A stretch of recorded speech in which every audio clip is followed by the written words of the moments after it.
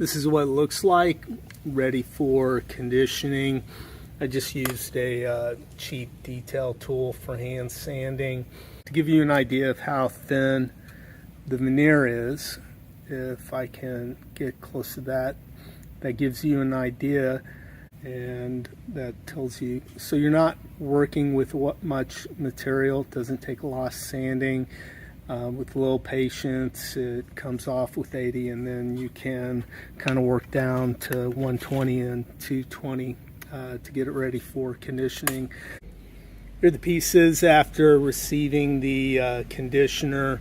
Need to wait 15 minutes for doing a dry wipe. I'm using Minwax pre-stain oil-based conditioner because I'm using oil-based gel stain.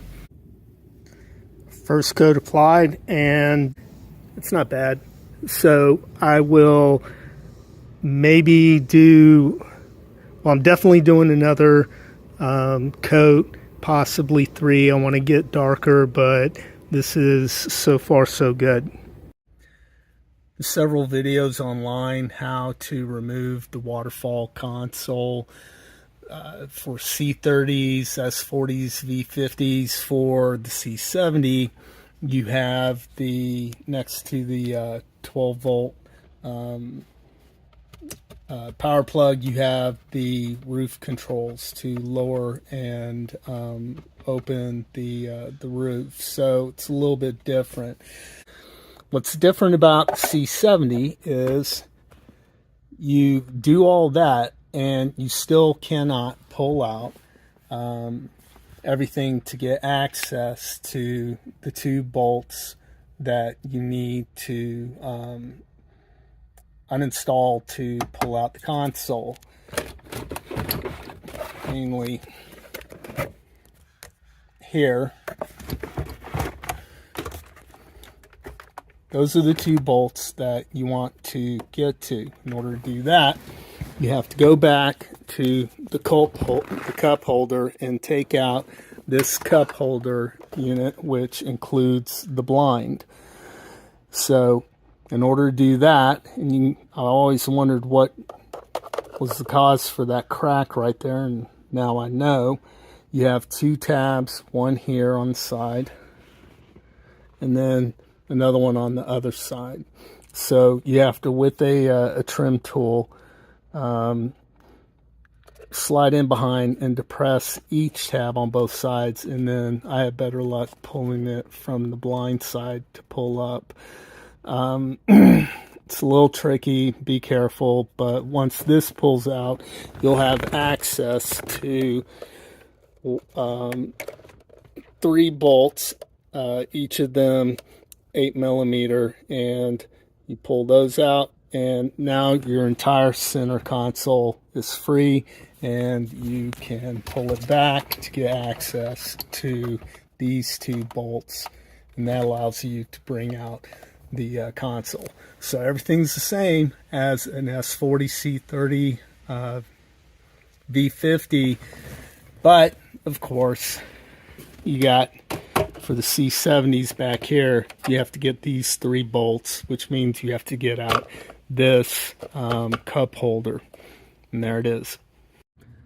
Once the waterfall console is out, you're gonna take a T15 Torx, and you're gonna remove 1, 2, 3, 4, 5, 6, 7, 8.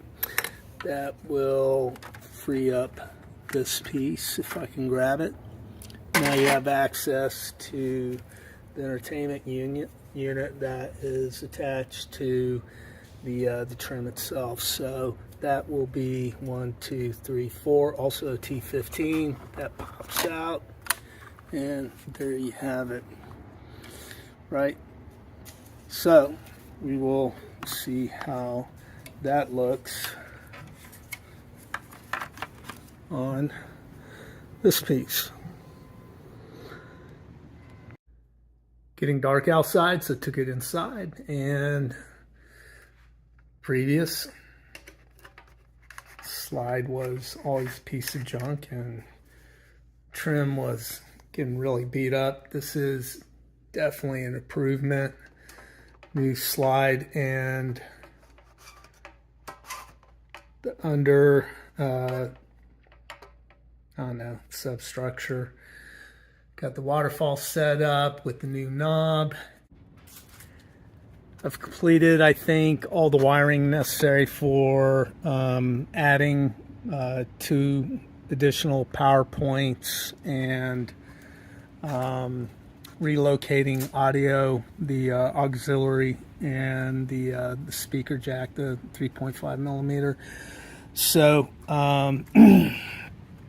basically, from the power outlet that runs through, I've T-tapped a auxiliary power to here. So basically you have USB-A and USB-C power points that run back, butt splice, and then kind of aligned here, T-tapped at this location. And then I didn't want to do a bunch of taps in the same spot, so my other T-taps are down here. For Volvo, pretty much black is always ground. Gray is the 12 volt that goes off fuse 45, 49, I think 45, which is, I believe it's a, I just swapped it out, it's 15 amp, 12 volt. That supplies the this power point up front.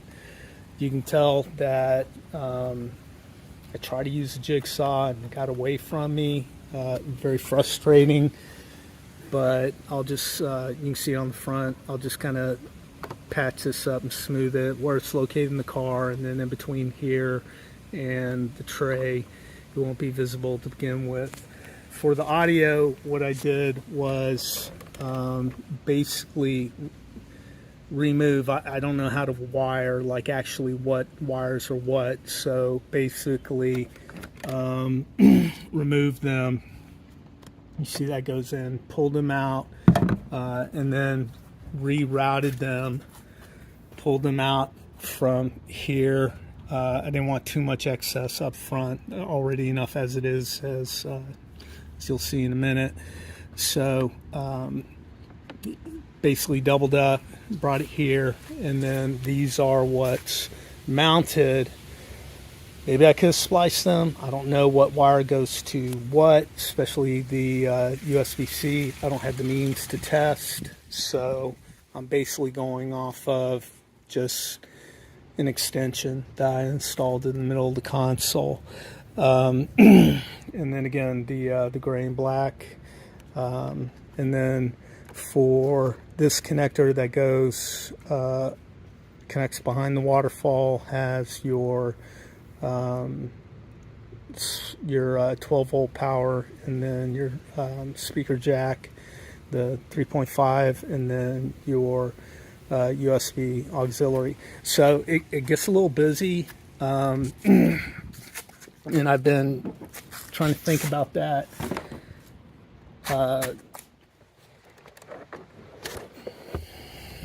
So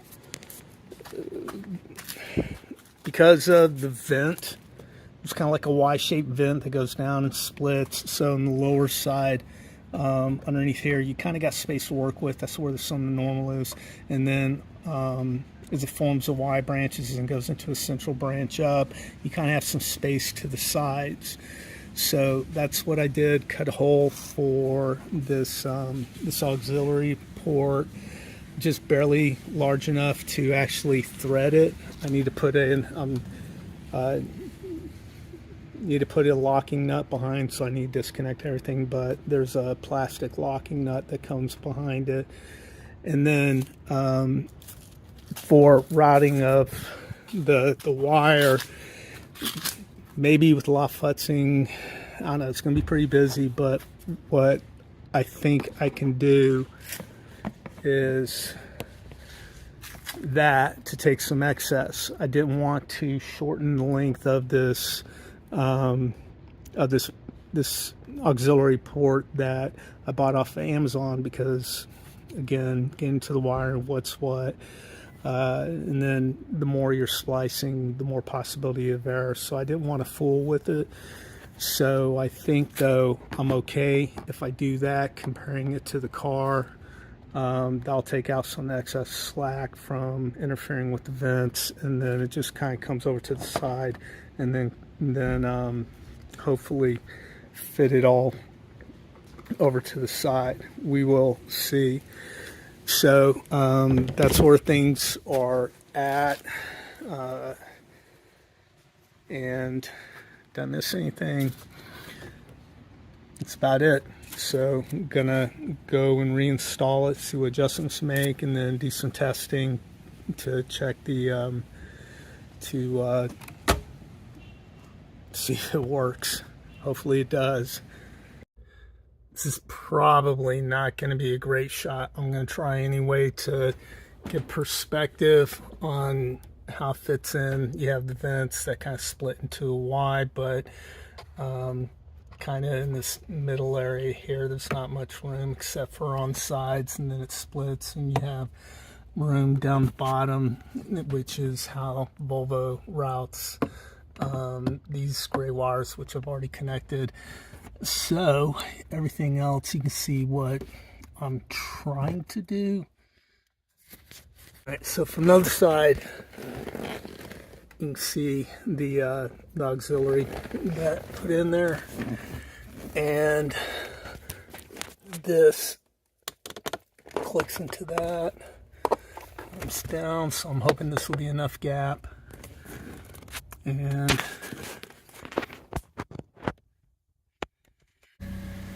so I've been playing around with this for the past 10-15 minutes. Bottom line, got front power, back power, 3.5 millimeter jack working, and then for USB aux, I have no idea.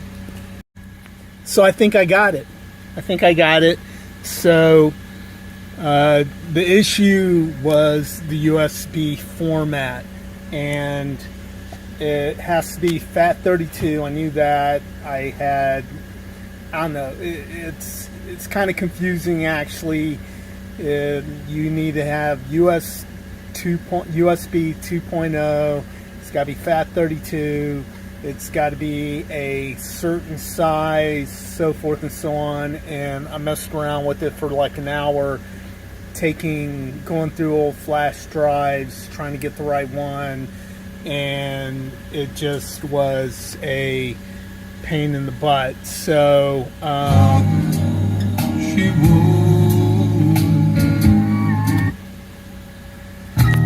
right.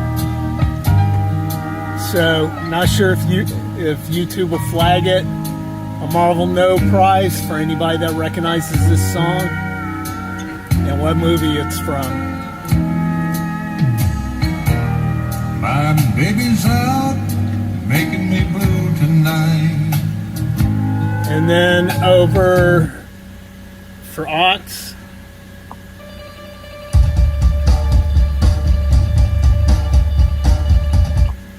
Okay. Okay, I think that's a wrap. Everything's buttoned up. And we got everything working. Everything has power. Yep. And yeah, it's a good feeling. Obviously more to do on the dash. The aftermarket gauges, but I think we're okay.